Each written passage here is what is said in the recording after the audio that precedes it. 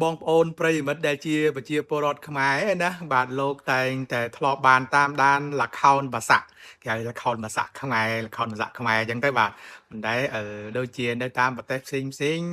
โดยที่มันมีเปียเพียซาหลักเขานั่งเตบาดนึงเป็นมีหลักเขาบอกคังกีเป็นไรเล้งตุ่มรงเขาเนียยังก็ได้บาดลงแดดบาហើយនៅពេលដែលទៅតាមដានហ្នឹងភាគច្រើនបងប្អូនប្រជាពលរដ្ឋដែលទៅតាមដានហ្នឹងចង់បានតែចេញឃើញគេហៅ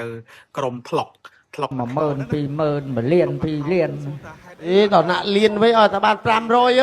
ទៅតទឹករអ៊ីវប្រហុកបិល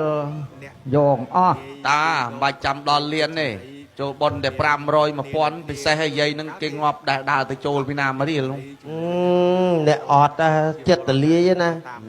គេថាបូលៃគេថាពពពាំងគឺមានមនុស្សមหิជារាំងអ្នកតៃតោជារាធម្មោយ៉ាងកាយោในការប្រពន្ធបត្តិនៅអវត្តតាមដំបូងមាននៃព្រះទូលមាននៃសម្មាសម្ពុទ្ធព្រះអង្គបានបញ្ញត្តិហើយចឹងកុំខ្មាស់អីនឹងទៀនកុំអៀននៃប៉ុនយោមក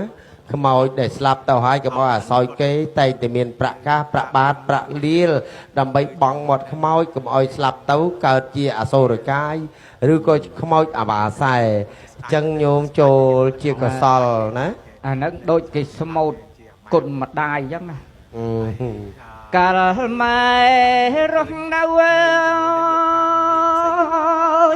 ម៉ែដើរលេងទេប៊ី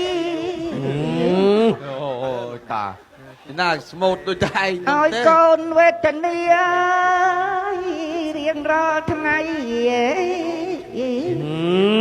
កាលពីខែមុនអើយម៉ែលេងស៊ីគូថៃគេដែរលោកអ្នកណានិយាយតាមស្ដាប់ទៅណាបាទហើយគឺចេះច្រើនអ្នកដែលធ្លាប់ហ្នឹងភាគច្រើនចេះច្រើនហើយអាចនិយាយកំ pl ែងដើម្បីតាក់ទាញបងប្អូនទស្សនិកជនដែលទៅមើល account គេហ្នឹងឲ្យ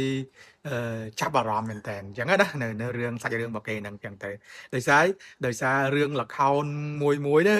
វែងណាហ្នឹងហើយបាទរហូតដល់3 4ម៉ោងឯណោះអញ្ចឹងគេត្រូវការថ្លុកហ្នឹងនៅចេញតាមឈុតឆាករបស់គេមួយហ្នឹងដើម្បីពញាពេល